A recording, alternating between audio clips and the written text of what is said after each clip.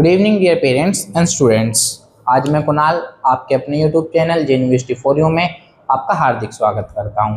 तो आज हम जानेंगे कि जो जेयूनिवर्सिटी 2027 है उसके लिए एलिजिबिलिटी क्राइटेरिया क्या होगा। तो चलिए अब हम अपनी क्लास स्टार्ट करते हैं। तो आज की क्लास हम स्टार्ट करते हैं और आज की क्लास जेयूनिवर्सिटी 2027 एलिजिबिलिटी क्राइटेरिया के बारे में होने जा रही है। तो जेयूनिवर्सिटी 2027 जो जेयूनिवर्सिटी 2027 बच्चा देगा वो सेशन 2027-28 के लिए क्वालिफाइड होगा, यानी कि जब आपके बच्चे का एडमिशन होगा 6 क्लास में तो आपका बच्चा 6 क्लास में 2027-28 सेशन के लिए पढ़ेगा। ठीक है, तो अब बात करते हैं कि कौन कौन बच्चा इस फॉर्म को भर सकता है जेयूनिवर्सिटी 2027 को।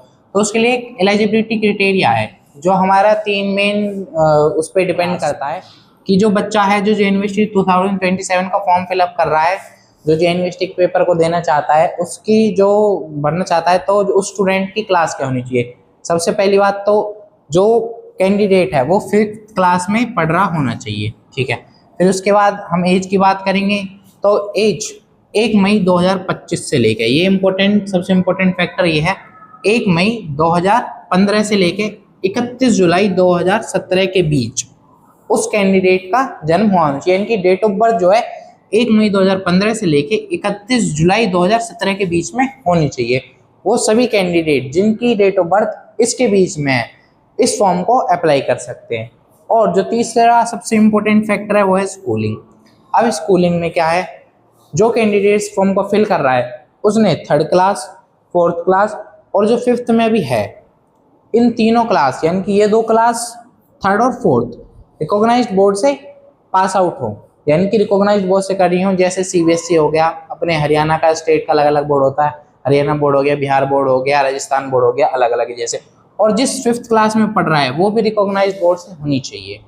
तो ये जो तीनों हैं इम्पोर्टेंट फैक्टर, अगर ये किसी स्टूडेंट के पास यानी कि कोई स्टूडेंट अगर इन 3 एलिजिबिलिटी क्राइटेरिया को कंप्लीट करता है तो वो जेयूनिवर्सिटी 2027 का फॉर्म फिलअप कर सकता है। अब फॉर्म कैसे भरना है, फॉर्म कब भरा जाएगा वो भी हम आपको बताएंगे।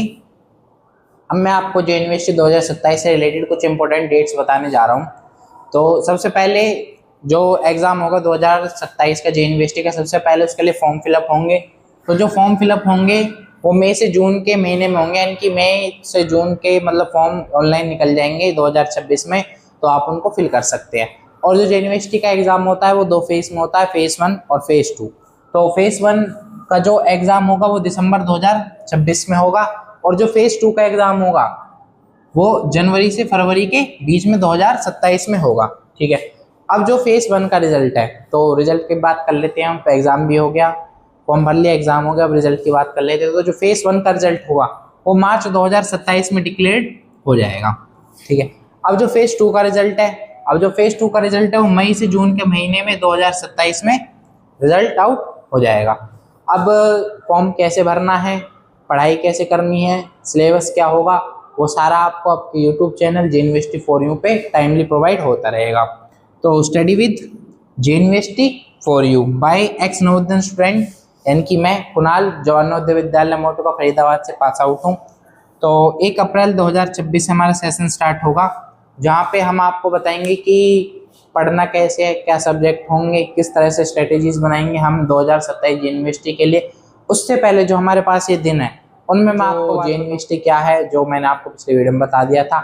आज एलिजिबिलिटी क्राइटेरिया, इंपॉर्टेंट डेट्स, फिर उसके बाद सिलेबस बताया जाएगा, फिर उसके बाद फॉर्म फिल कैसे करना है वो भी मैं आपको बताऊँगा। तो हमारे साथ जुड़े रहिए, हमको सब्सक्राइब करिए ताकि आपको न्यू अपडेट टाइमली मिलती रहे। Thank you.